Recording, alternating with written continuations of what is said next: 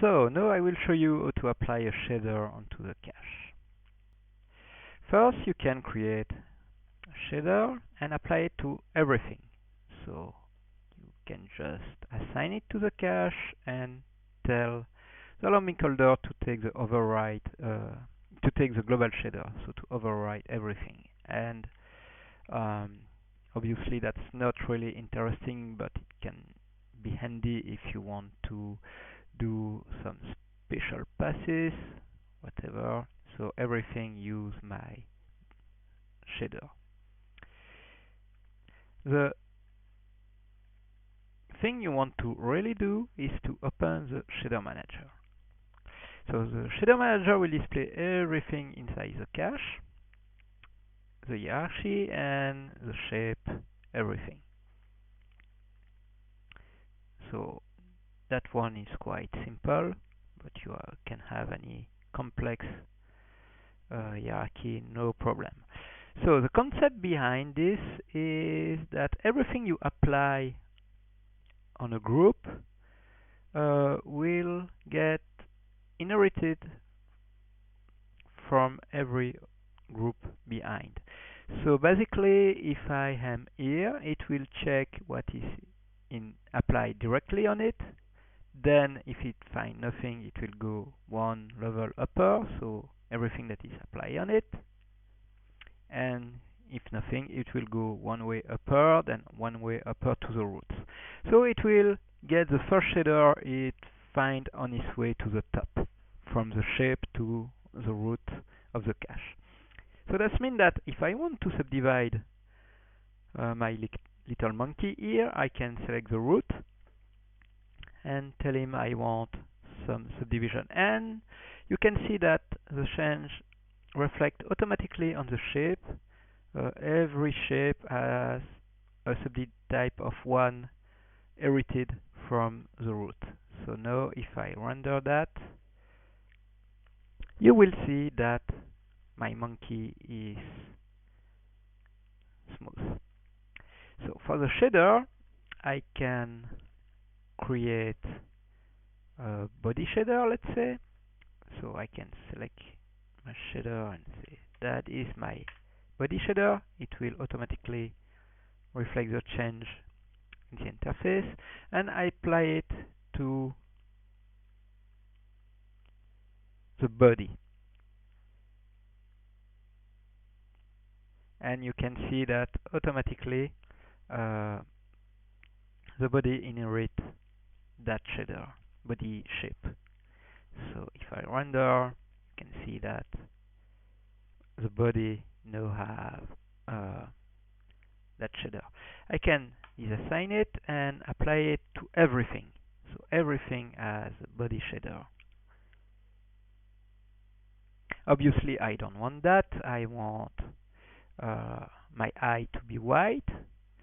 So I create another shader, call it eye, and I can select both eye and apply the shader on it. So if I render now,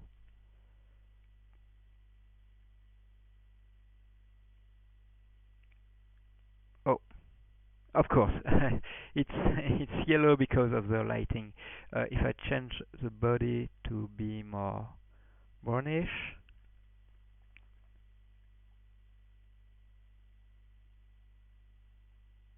okay, so everything is brownish except the eye. That eye is eye shader. So I can also create some wildcard assignation. So everything that respects the wildcard will use that shader. Let's say I want the teeth. Oh yes, when you select something, you can see that it reflects automatically in the viewport. You only see what is selected, so you know exactly what you are dealing with.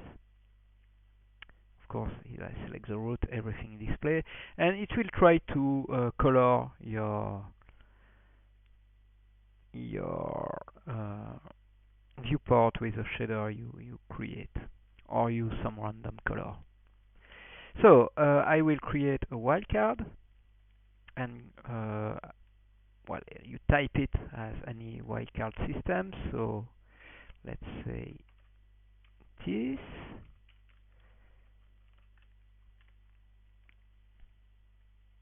Okay, and I can create another shader called this and put them a little yellow. It's a monkey, so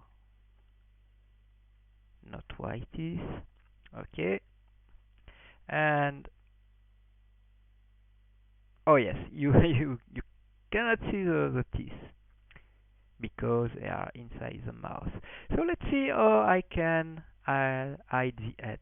So I can select the head and do that. What will happen is that the head will not be exported to Arnold because it detects that everything is hidden, so it will not even try to do that. I've got a problem with my wildcard system.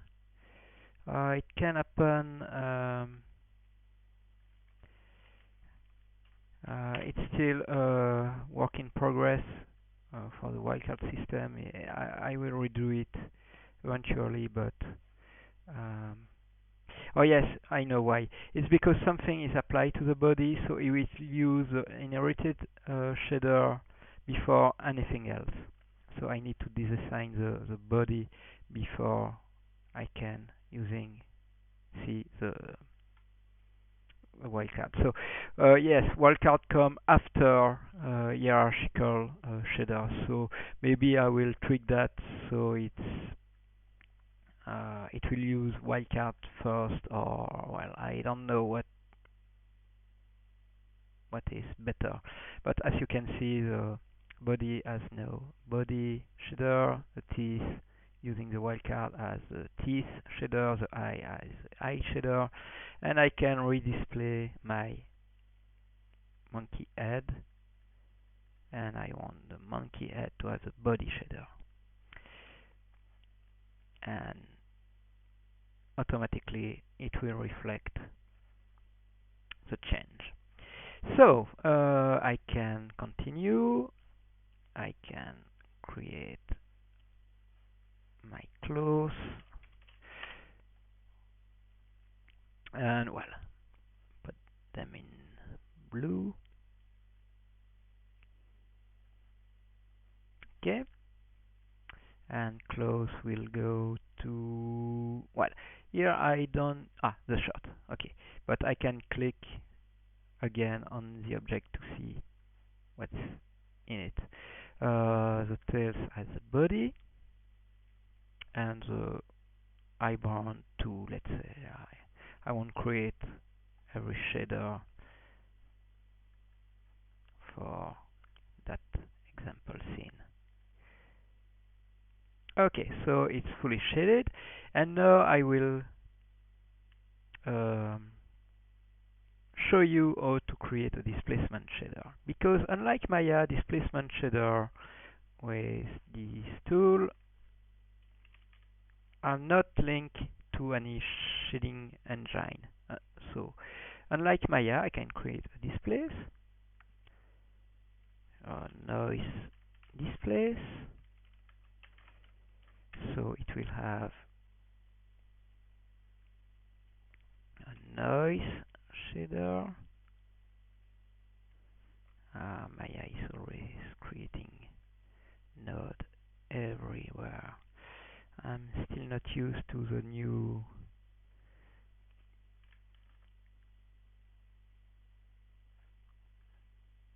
node editor. Okay, so displays are on the bottom, and I can now apply the displays on anything. So it doesn't need to be linked to any shader. So if I want my displays on the body, I can select, do that, and now I can subdivide it a little more, probably add some padding, and maybe do that. Oh, also you can see that my shape automatically tell me what is going on. I didn't apply my displacement setting on the shape but on the group. Same for the shader assignation, and you can see that everything in italic is telling me that something is inherited from an object on top of it. Same here, when it's in red, it means that that object specifically change a value, and everything in yellow means that something is inherited, and gray means it's the default value. So now if I render this, I will get my displace apply on the body, so probably really funky, okay, or poor monkey. And as you can see, the displace is on the body, but the body shader is used on the head, on the tail, and the eyelid, but only the body is displaced. And I can now apply the displace noise on the head, so I can disassign from the body and apply it on the eye.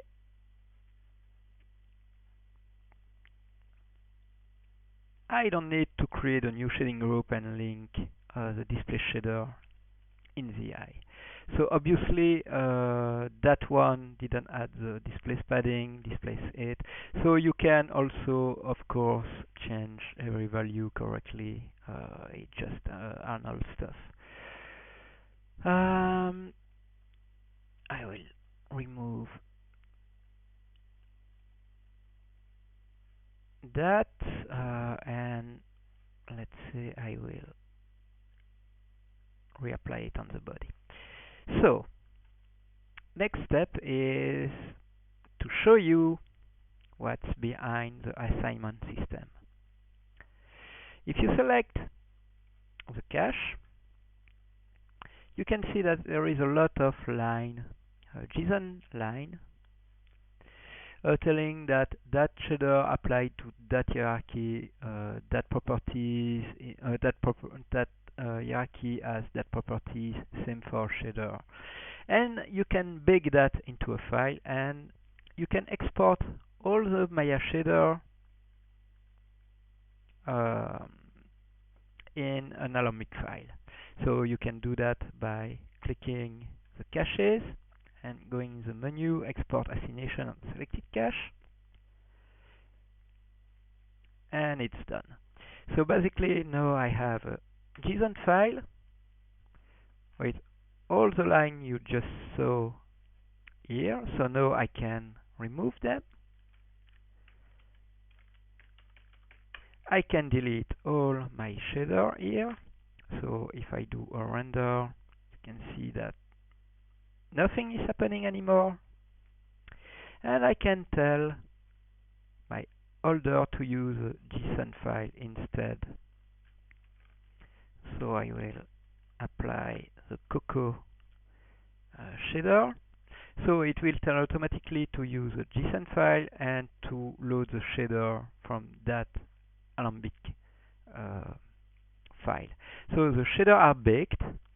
You can bake multiple shader inside the same file, because the purpose of that is to actually export an asset, all the shader from an asset, so you can reapply it from different caches.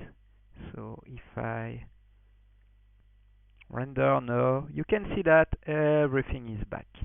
And so now I can go to my project. I can search for another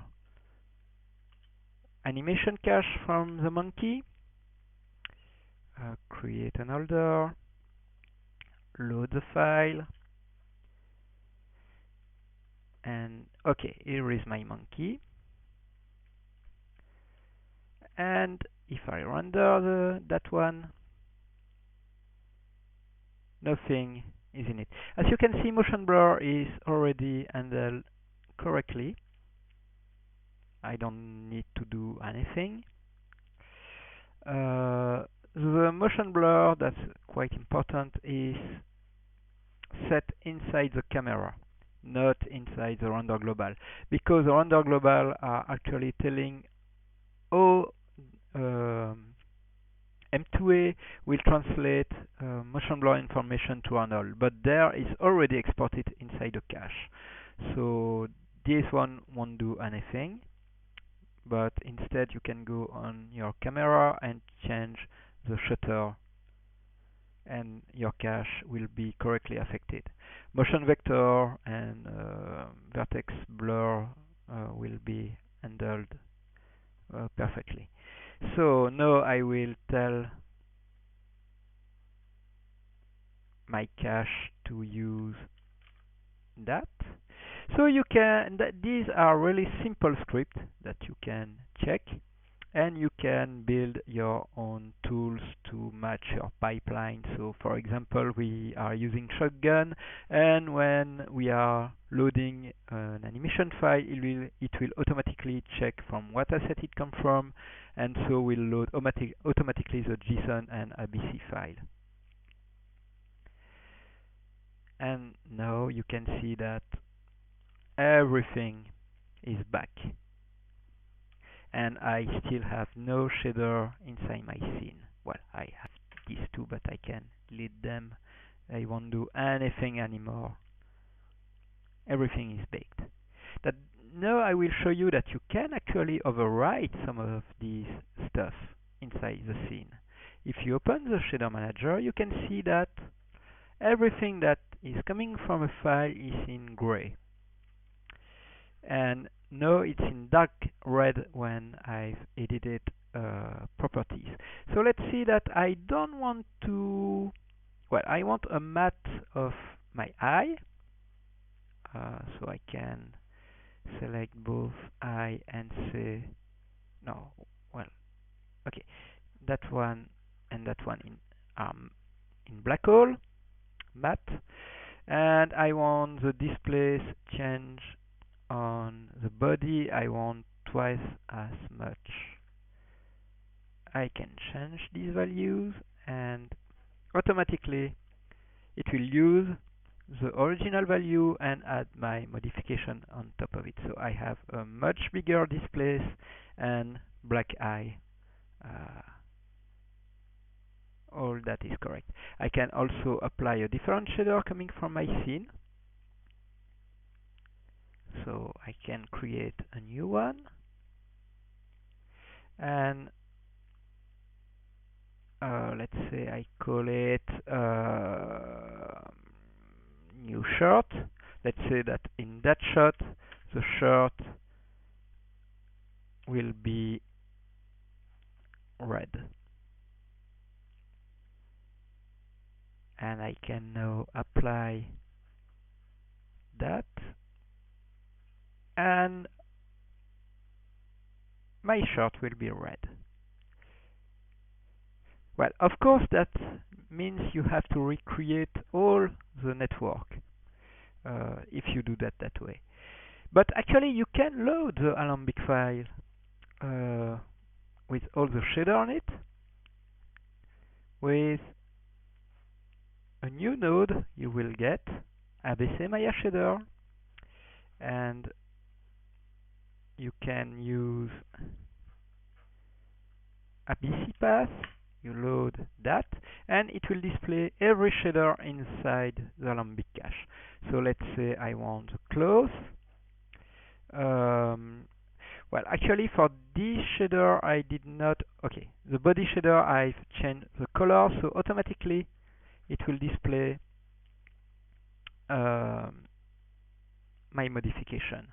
I did not change anything. The teeth, I changed the color, so the color are in the interface. So every parameters you change are displayed inside the interface.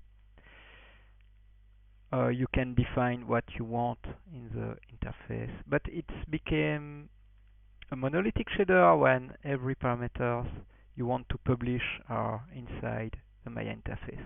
So now I can actually use my ABC shader and use it as well, not that. I will disassign. the body shader. So I want my head to be another color for that shot. Can use the original body shader but change the color. So it will use any texture or network connected to that shader, but I can change a value uh, on the exported network. Obviously there is no network, but I can assure you it will use any network connected to it, exactly like it was in Maya. You can also tell the cache to ignore some stuff coming from the override file, the JSON file, so you can tell it to skip it entirely, to skip the shader, or to skip some part of it. Now I will show you the render layer, so you can actually create layers.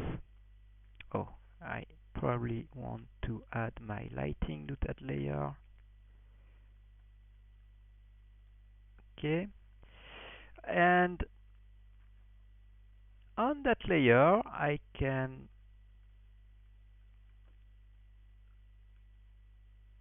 come here. You can see that I have two layers, and on the default render layer you can see I have everything. On the layer 1 I have everything from the default render layer, but I can override stuff. So I can tell that on that layer I don't want any object properties.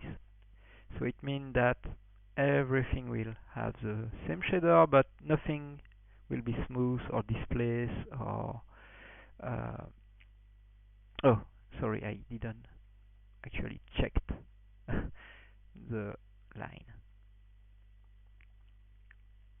Oh, uh, wait a minute. Oh yes, of course, it's only for, yes, it's come from a JSON file, so I actually have to do it on my original setup. So if I switch there, I have a clean slate. So the displays and the shader can be override, and of course, wait, there is something incorrect there. Oh yes, sorry. I will show that in another video because actually I'm using JSON file and this override everything on top of the layer system. The layer system needs to be set on the asset. So I will cut that video and will come back with a clean scene.